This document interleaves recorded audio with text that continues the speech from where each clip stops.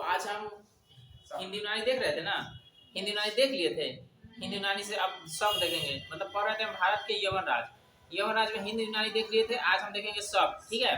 तो यहाँ से भी ना परीक्षा में प्रश्न आता है, ठीक है। तो सब से संबंधित जो भी प्रश्न है हम देखेंगे, जो भी महत्वपूर्ण है। आपको समझ में आएगा तो बोलिएगा, तो रिवीजन करते चलिएगा। आज एक क्या टॉपिक है, सब। और ये भी ना हिंदी यूनानी है, मतलब उसी का एक पार्ट है जो आप पढ़ रहे थे ना, पढ़ रहे थे ना भारत पे यवन राज में एक पढ़ लिए थे क्या, हिंदी यूनानी। तो हिंदी यूनानी के बाद ना भारत में जो राज किया वो शक है, क्या है, इसके बारे में हम देखेंगे। उसके बाद पल्लव, उसके बाद कुषाण।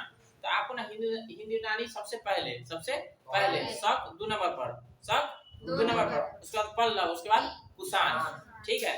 तो आज हम इसमें देखेंगे शक से क्या क्या प्रश्न आता है, देखते चलिए। सबसे पहले पूछेगा शक के संस्थापक कौन था, है ना। तो देख लीजिए इसमें क्या क्या चीज बटा हुआ था। यूनानियों के बाद शक आया, जब यूनानी उधर चले गए हिंदी यूनानी, उसके बाद शक आया। शकों को 5 शाखा था, क्या गो 5 जो शाखा था ना, यही भारत के अलग अलग हिस्से में ना, भारत और अफगानिस्तान के अलग अलग हिस्से में ना फैला हुआ था, और वहां पे अपना राज करता था, ठीक है। देखिए एक इधर एक इधर एक इधर एक इधर एक इधर, और वहीं पे अपना राजधानी बना रखा था, ठीक है। वहीं पे अपना राजधानी बना रहा था। तो ये कहाँ क्या क्या था इसके बारे में देखिए। कहता है कि शकों का 5 शाखाएं थी, तथा हर शाखा की राजधानी भारत और अफगानिस्तान यानी कुछ भारत में था और कुछ अफगानिस्तान में, अलग अलग भागों में थी। तब पहली शाखा अफगानिस्तान में, पहली शाखा अफगानिस्तान, दूसरी शाखा पंजाब जानते हैं ना, पंजाब की राजधानी चंडीगढ़। अब वहां पे जब वो वहां पे था ना, तो उसकी राजधानी थी तक्षशिला। यानी कहने का मतलब इस सब का जो पहला था अफगानिस्तान और दूसरा हो गया पंजाब में उसका दूसरा शाखा हो गया, ठीक है। और पहला वाला अफगानिस्तान में। अच्छा ये पंजाब में था ना, तो ये अपना राजधानी रखा था तक्षशिला, तब अपना राजधानी रखा था तक्षशिला में। यानी सबका अलग अलग है ना जी, 5 को बोले है ना, तो इसमें से दूसरा वाला, पहला वाला था अफगानिस्तान में चल गया और दूसरा वाला पंजाब में, और यहाँ पे इसकी राजधानी थी तक्षशिला, मतलब अपना राजधानी को बनाया था उस समय तक्षशिला में। क्लियर इतना तक। और तीसरी शाखा मथुरा जानते हैं ना, कृष्ण जी से संबंधित है मथुरा, हाँ। तो मथुरा तीसरी थी मथुरा, और चौथा था पश्चिम भारत, हाँ। और 5वां शाखा ऊपर दक्कन में, दक्कन समझ रहे, दक्कन जान रहे, दक्कन पर प्रभुत्व स्थापित किया। दक्कन गुजरात वाला पार्ट होता है, दक्कन, ठीक है, गुजरात वाला पार्ट होता है।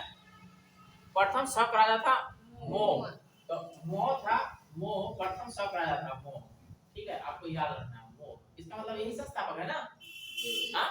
तो समझ गए, मोह था मूल तो शक मध्य एशिया से, तो आर भी आया था मध्य एशिया से, मध्य एशिया समझ रहे हैं ना।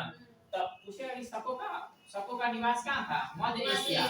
यानी कि ये लोग कहाँ से आए थे, मध्य एशिया से। आर लोग भी कहाँ से आए थे, मध्य एशिया से आए थे। तो आपको याद रखना है शक का मूल स्थान मध्य एशिया, शक का मूल स्थान मध्य एशिया। यानी कहने का मतलब कि सब लोग कहाँ से आए थे, और भारत में क्यों आए थे। तो भारत में चारागाह समझते हैं, पशु को चराने के लिए, यानी कि पशु को चराने के लिए ना उसको चारागाह चाहिए था। तो भारत में चारागाह की तलाश में आए थे। चारागाह समझते हैं, अरे पशु को खिलाएगा, अरे गाय वो पूछेगा, जानवर पूछेगा तो उसको खिलाएगा ना, तो खिलाने के लिए खोजेगा ना कि घास कहाँ है। तो घास की तलाश में आया था यहाँ पे आया था, देखा कि यहाँ पे वातावरण अच्छा है, यहाँ के लोग सब ठीक है, तो यहीं पे बस गया, यहीं पे 5 शाखा बना लिया।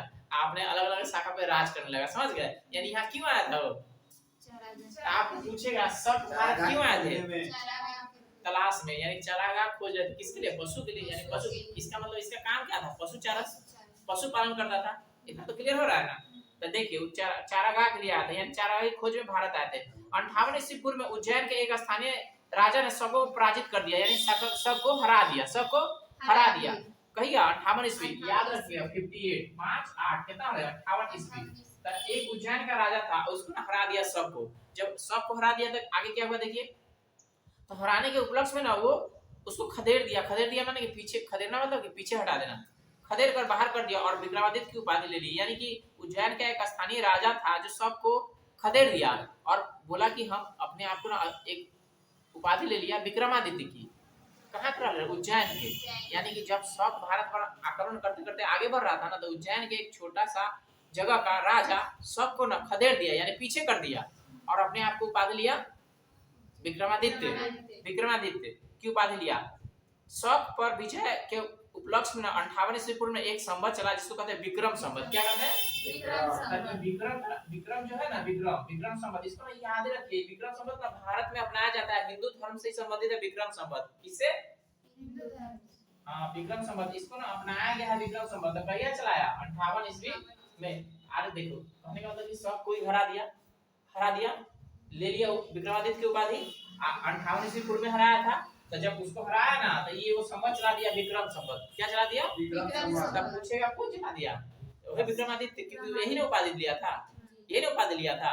तो ये जो विक्रम संवत है ना, ये हिंदू धर्म से संबंधित है। हिंदू धर्म में ना इसका उपयोग होता है और भारत सरकार भी इसको अपनाया है। ठीक है, आपका जो यहाँ पे आप ठाकुर प्रसाद सब देखते हैं ना, सब पर आधारित रहता है। ठीक है, तो यहाँ पे क्या कर दिया, विक्रम संवत के नाम से प्रारंभ हुआ। इसी समय से विक्रमादित्य एक लोकप्रिय उपाधि बन गया, जिसकी संख्या ना भारतीय इतिहास में 14, यानी कि विक्रमादित्य की उपाधि लिया ना, वो ना 14 को राजा अपने आप को उपाधि लिया विक्रमादित्य के, मतलब 14 तक चला विक्रमादित्य, ये विक्रमादित्य वो ऐसे करके 14 क्रम तक चला। ठीक है, ठीक है। तो पहले वाला सब संवत आपको विक्रम संवत, और उधर सब संवत पढ़ा है ना। अच्छा सब अब आएगा, अभी विक्रम संवत है। ठीक है, इसके बाद आएगा। इतना तो क्लियर। कहते हैं आगे देखिए, एक लोकप्रिय उपाधि बन गया जिसकी संख्या भारतीय इतिहास में 14 तक पहुंच गई। गुप्त सम्राट चंद्रगुप्त द्वितीय सबसे अधिक विख्यात विक्रमादित्य था, यानी उधर गुप्त वाला पढ़े हैं ना, चाहे आप पढ़ेंगे तो गुप्त सम्राट चंद्रगुप्त द्वितीय, उसको ना विक्रमादित्य बोलते हैं। क्या बोलते हैं? चंद्रगुप्त विक्रमादित्य सबसे ज्यादा ना प्रसिद्ध व्यक्ति हुआ। ठीक है, विक्रमादित्य वाला मतलब उपाधि लेकर के। ठीक है, शकों की अन्य शाखा की तुलना में पश्चिम भारत में प्रभुत्व स्थापित करने वाले शाखा सबसे अरसे तक शासक, अरसे तक माने कि लंबे समय तक पश्चिम में जो राज किया, उत्तर दक्षिण पूरे पश्चिम समझ रहे हैं ना, तो पश्चिम में जो राज किया सबसे ज्यादा समय तक राज चलाया। गुजरात में चल रहे समुद्री व्यापार से यह शाखा काफी लाभान्वित हुई, मतलब कि पैसा कमाया। मतलब उस शाखा को ना, गुजरात समुद्र के किनारे है ना, गुजरात समुद्र के किनारे है, तो वहाँ पे जो व्यापार होगा तो उसे टैक्स मिलेगा ना, तो इसको ना सबसे ज्यादा टैक्स मिलता था। ठीक है, इसको ज्यादा रकम कमाई हुआ। ठीक है, भारी संख्या में चांदी के सिक्के, तो आपको पूछेगा कि भारी संख्या में चांदी के सिक्के कौन चलाया? सब। भारी संख्या में कि बहुत मात्रा में चांदी के सिक्के कौन चलाया? सब। आप याद रखिएगा, भारी मात्रा में चांदी के सिक्के चला, चांदी के। शकों का सबसे प्रतापी शासक रुद्रदामन प्रथम था। तो रुद्रदामन प्रथम के बारे में प्रश्न पूछता है, रुद्रदामन प्रथम, तो पूछेगा रुद्रदामन प्रथम का संबंध कौन से है? शक से, शक वंश से था। ठीक है, जिसका शासन 130 से 150 ईस्वी था, गुजरात के बड़े भाग पर था। उसने कठियावाड़ा के अर्ध सुदर्शन झील, फिर आ गया सुदर्शन झील, जिसको मौर्य काल में बनाया गया था, मौर्य काल में बनाया गया था। और रुद्रदामन इसका जीर्णोद्धार किया था। क्या किया था? जीर्णोद्धार। तो पूछेगा आपको सुदर्शन झील को कौन मरम्मत करवाया था? अरे रुद्रदामन करल गया, मरम्मत माने वही हुआ जीर्णोद्धार, मतलब कि फिर से उसको चालू करना।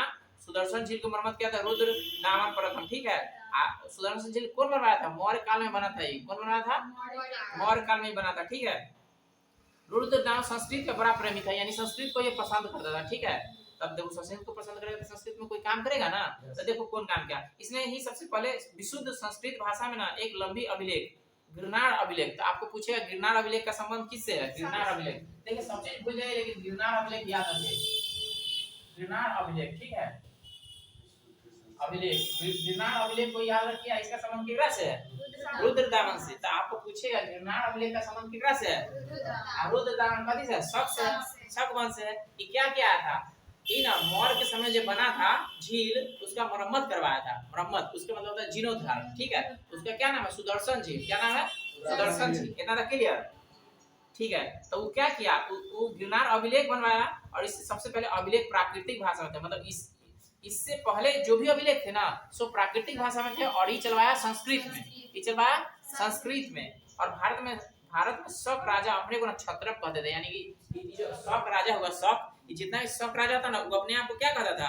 क्षत्रप। क्षत्रप तो पूछ दे, सबको क्या कहते हैं? क्षत्रप। ये ना है क्षत्रप, अपने आप को क्षत्रप बोलते थे। ठीक है, यही शक राजा अपने को क्षत्रप। विक्रमादित्य आ गया, विक्रमादित्य एक लोकप्रिय उपाधि हुआ।